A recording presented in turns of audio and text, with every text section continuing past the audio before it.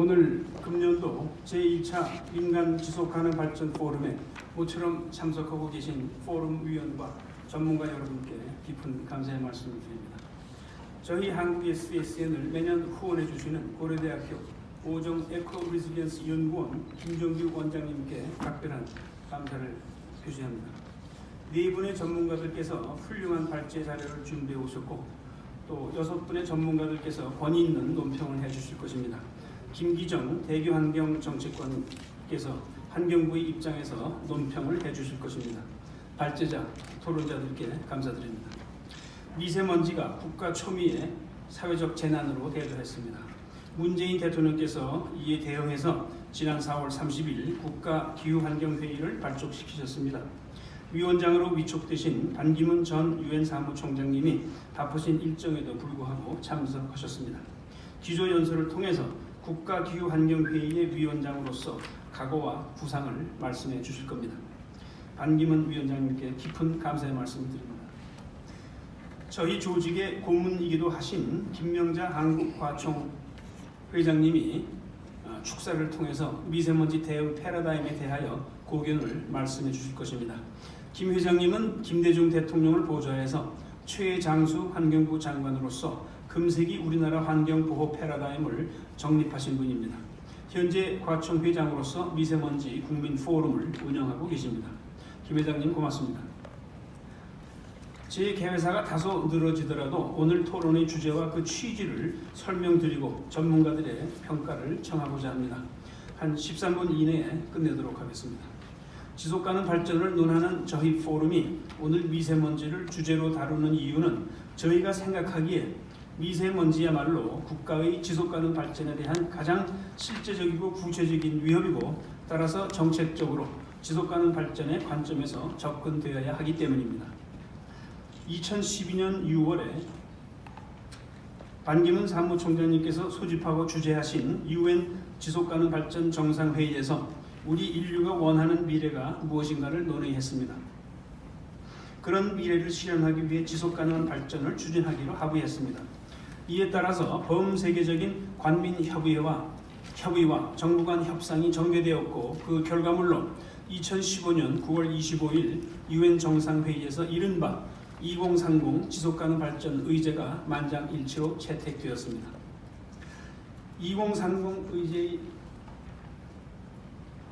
핵심이 17개의 행동 목표인 Sustainable Development Goals, 즉 지속가능 발전 목표 혹은 SDGs, 저희들이 흔히 SDGs라고 합니다만 그것입니다.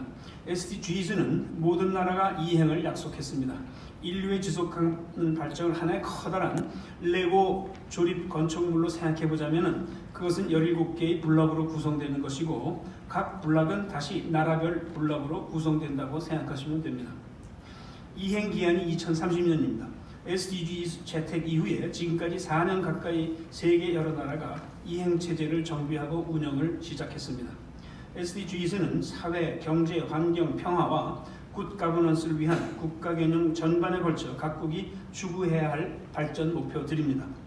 이들 공통된 목표들을 이행하기 위하여 국가별로 계량적으로 설정 추구해야 할 세부 목표 169개 그리고 세부 목표의 이행을 측정하기 위한 통계 지표를 240여 개로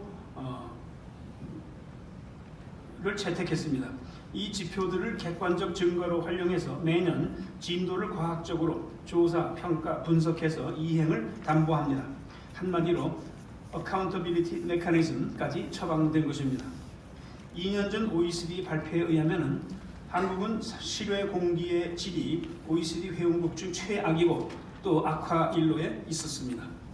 지금의 추세로는 실외 공기 오염, 특히 초미세먼지로 인한 한국의 조기 사망자 수가 2060년에 이르러 현재의 3배로 증가하고 중국과 인도 다음으로 세계적으로 그 비율이 가장 높은 나라가 될 것으로 전망됐습니다. 이 추세가 유지된다면 주요 지속가능 발전 목표의 달성이 어려워집니다. WHO에 의하면 대기오염은 사람의 건강에 대한 최대 위협이고 그중 특히 미세먼지가 가장 많은 조기 사망을 초래합니다. 지속가능 발전 목표 제3번, 즉 SDG 3이 추구하는 건강과 웰빙이 심각하게 위협받습니다. 미세먼지는 특히 근로계층의 노동 생산성을 저하시켜서 빈곤 해소를 저해하고 나아가서 소득 불평등을 악화시킵니다.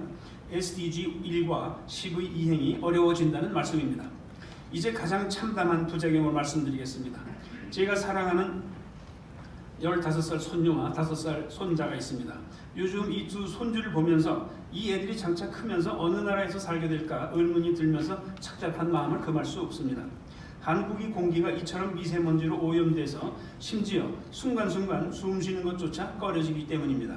대기 오염이 손주들을 이 나라에서 내몰 것이라는 생각이 드는 것이 오죽 저만은 아닐 것입니다. 미세먼지가 방치되면 장기적으로 국가 공동화가 초래될 것이라는 말씀을 지금 드린 것입니다. 외국인의 유입도 감소 내지 역전되고 내 외국 기업의 국내 투자도 위축되겠습니다. 저출산 고령화도 심화되고 경제와 산업이 위축되고 무기력화될 것입니다. SDG 8이 추구하는 지속가능한 경제 성장과 일자리 창출이 불가능해진다는 말씀입니다. 만일 대한민국이 우물쭈물거리면서 효과적으로 대응 못해서 OECD가 전망했듯이 미세먼지가 계속 악화된다면 이것이야말로 우리나라의 지속가능 발전 및 우리 후손의 웰빙에 가장 직접적이고 가시적인 위협이 됩니다. 당장은 마스크를 쓰고 공기청정기를 설치하는 등 미세먼지에 적응해 나가야 하겠지요. 그나마 돈 있는 사람들만이 할 수 있는 일입니다. 이것은 그야말로 구두를 신은 채 가려운 발등을 걷는 셈입니다. 근원적인 완화 대책을 강구해야 합니다. 이제 그 근원적 대책이 SDG 틀 내에서 모색되어야 한다고 말씀드리고자 합니다. 정부는 2017년 하반기에 문재인 정부 임기 5년에 걸치는 종합대책을 중장기 대책이라고 말해서 제시했습니다. 이것은 사실 중단기 대책에 불과합니다. 언론 기고문 및 각종 포럼에서의 토론을 보아도 중단기 대책을 논하고 있는 듯합니다. 발전, 산업, 수송, 생활 등 부문별로 미세먼지의 소스를 파악하고 대책도 증상을 억제하는 end of pipe 혹은 배출구에서의 규제 조치로 일관된 하는 듯합니다. 그러나 이러한 집중 단속 위주의 규제적 조치들은 높은 집행 비용을 유발하고 기대 효과와 지속성이 의문시됩니다. 공기 친화적 경제 파라다임으로의 변환에 이르는 장기적 근원적 대책을 중단기적 대책들과 병행해서 추진해야 합니다. IEA 즉 국제에너지기구는 부문별 오염원을 넘어서 근원적 주 원인으로 에너지를 지목합니다.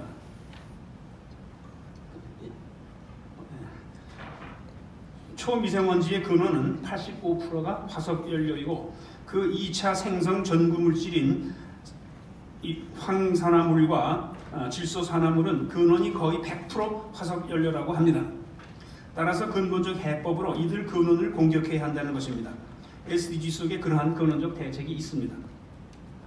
세계 각국은 SDG 7에 의거하여 연료를 재생에너지로 청정화하고 효율화하기로 합의했습니다. SDG 13에 따라서 기후변화를 완화하고 그 부작용에 적응 조치를 취하기로 합의했습니다. SDG 13을 행동화하기 위하여 파리 협약을 채택하고 특히 국가별로 자발적 온실가스 감축 이행 계획을 설정하고 계속 강화해 나가기로 합의했습니다. SDG 9는 각국이 산업 공정을 리트로핏해서 대기 오염을 저감하겠다는 약속입니다. SDG 11은 도시의 대기 오염과 폐기물을 감축하고 녹색 공간을 확충하겠다는 약속입니다. SDG 12는 기업과 소비자가 자원순환에 참여해 대기 오염 물질 포함 폐기물 배출을 원천적으로 억제하겠다는 약속입니다. 미세먼지 완화를 위한 SDG들은 에너지, 자원활용, 폐기물, 산업기술 및 도시 운영 등에 걸쳐서 새로운 패러다임으로 전환해 나갈 것을 요구합니다. 이것을 위해서 몇 가지 중장기 전략을 수립 추진해야 합니다. 그 초점은 에너지 변환에 있다고 생각합니다. 이런 차원에서 파리 협약은 4조 19항에서 각국 정부와 산업계에 2050년까지 국가의 저배출 발전 전략을 수립 추진하고 국민들과 협의하라고 권고합니다. IEA는 특히 공기오염 대책으로 25년에 걸치는 클린 에어 스트래티지 즉 청정 공기 전략을 수립 추진할 것을 권고합니다. 이러한 일들을 추진하기 위해서는 미세먼지 대응 거버넌스가 구축되어야 합니다. SDG 4에 따라 각급 학교는 물론 성인 그리고 특히 기업인들 대상으로 필요한 교육도 추진해야 합니다. 여러 이익 집단의 저항을 극복하기 위하여 SDG 17에서 합의한 바와 같이 정부와 다양한 이해 당사자들이 참여해 협력하는 파트너십도 구축 운영해야 합니다. 또 굿 가버넌스를 약속하는 SDG 16에 따라서 개방적이고 투명한 협의 과정을 운영해야 합니다. 미세먼지 감축 어카운터빌리티 메커니즘도 설정해야 합니다. 이러한 중장기 대책을 추진하는데 바로 눈앞에 큰 장애물이 놓여 있습니다. SDGs의 이행을 추진하기 위한 범정부적인 추진체제의 정립 및 가동에 필요한 입법 조치가 박근혜 정부에서부터 현재에 이르기까지 지체되고 있는 것입니다. 문재인 정부에 들어서는 환경부 주도로 작년에 정부가 SDGs를 한국에 적용하는 소위 KSDGs를 수립했습니다. 그러나 필요한 합법 조치가 지체되고 있습니다. 입법 조치가 주체되고 있습니다. 활용 점정을 못하고 있는 것입니다. 이제 이행 기간이 벌써 불과 10년밖에 안 남게 됐습니다. 참으로 답답합니다. 이러한 막힘 현상의 핵심적 원인은 진보 진영이 구상하는 지속가능 발전 추진 법률 체계가 과거 보수 진영이 수립해 현재 운영되고 있는 녹색 성장 추진 법률 체계와 논리상 충돌이 있기 때문이라고 듣고 있습니다. 기본적으로 지속가능 발전과 녹색 성장 중 어느 게 상위 개념이냐 하는 문제인 것 같습니다. 과거 대통령 직속 녹색성장위원회 위원장으로 참여했었고 이어서 지난 6년간 반기문 사무총장님이 출범시킨 UNSDSN에 몸을 담고 지속가능 발전을 연구해온 제가 보기에 해답은 아주 간단 명료합니다. 녹색성장 전략은 지속가능 발전 전략에 비하여 하부 개념입니다. 그러나 지속가능 발전의 이행을 위한 핵심적인 행동 전략입니다. 미세먼지에 대한 처방을 예로 말씀드리면 이미 말씀드린 대로 SDG 7, 9, 11, 12, 13인데 이것이 그 성장과 일자리 목표인 SDG 8과 충돌합니다. 그러나 녹색 성장 전략으로 충돌을 상호 보완 관계로 바꾸고 조화시킬 수 있습니다. 두 법 체계는 이 논리에 따라서 그 관계가 정리되고 일원화되어야 합니다. 그리고 이러한 조치가 늦어도 이번 가을 국회에서는 이루어져 우리 대한민국도 뒤늦게라도 SDGs의 이행 대열에 동참해야 합니다. 문재인 대통령이 개인적 관심과 결단이 요구됩니다. 올 9월 유엔에서 SDGs 이행 4년 성과를 점검하는 정상회의가 개최됩니다. 이제 마무리하겠습니다. 2030 의제는 파리 협약과 아울러 인류 문명의 향후 지속 가능성을 좌우할 중대한 인류사적 협약입니다. 두 가지는 대한민국의 반기문 전 사무총장께서 이루어내신 역사적 공헌입니다. 두 협약의 알맹이에 해당하는 SDGs가 반기문 전 사무총장님이 모국에서 낮잠을 늘어지게 자고 있다는 사실이 아주 부끄러운 아이러니입니다. 대장간에 칼이 녹슬은 셈입니다. 중국발 미세먼지에 대해서 한 가지만 붙이겠습니다. 중국발 미세먼지 문제는 누구보다도 중국인 자신들에게 중요한 문제이기 때문에 그들 나름으로 능력과 최선을 다하고 있다고 저는 생각합니다. 이 판국에 중국에게 책임론을 제기하거나 혹은 우리를 위해 더 해달라고 요구하는 것은 아무런 득이 안 된다고 생각합니다. 그보다는 우리가 중국의 미세먼지 완화 노력을 어떻게 도와주느냐 차원에서 협력 문제를 논의해야 된다고 생각합니다. 개회사가 너무 길어졌습니다. 다시 한번 참석자 모두에게 깊이 감사드리면서 특히 저와 토론에 공동 좌장력을 해주실 안병옥 박사님께 매우 특별한 고마움을 표시하고 싶습니다. 안병옥 박사님 제가 평소에 존경해온 사계 최고 전문가의 한 분이십니다. 매우 보람 있는 토론을 기대하면서 경청에 대해서 감사합니다. 감사합니다. 네.